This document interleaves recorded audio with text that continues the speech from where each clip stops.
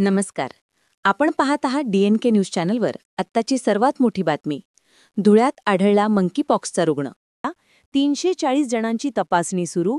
आरोग्य विभाग अलर्ट मोडवर. महाराष्ट्रात पुन्हा एकदा या आजाराने थैमान घालण्याची भीती निर्माण झाली आहे.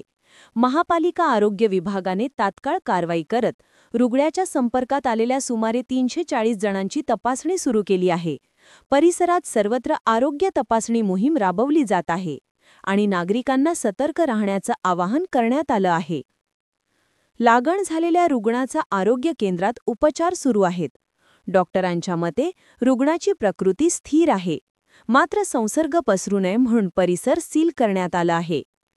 आरोग्य विभागाचे अधिकारी आणि पथकांनी परिसरातील प्रत्येक घरात जाऊन नागरिकांची तपासणी सुरू केली आहे.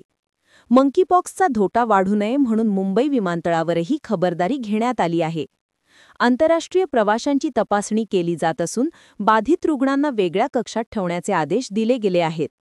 आरोग्य विभागाकडून नागरिकांना आवाहन करण्यात आले असून कोणालाही त्वचेवर फोड, ताप, अंगदुखी किंवा थकवा जाणवला तर तात्काळ जवळच्या रुग्णालयात संपर्क साधावा.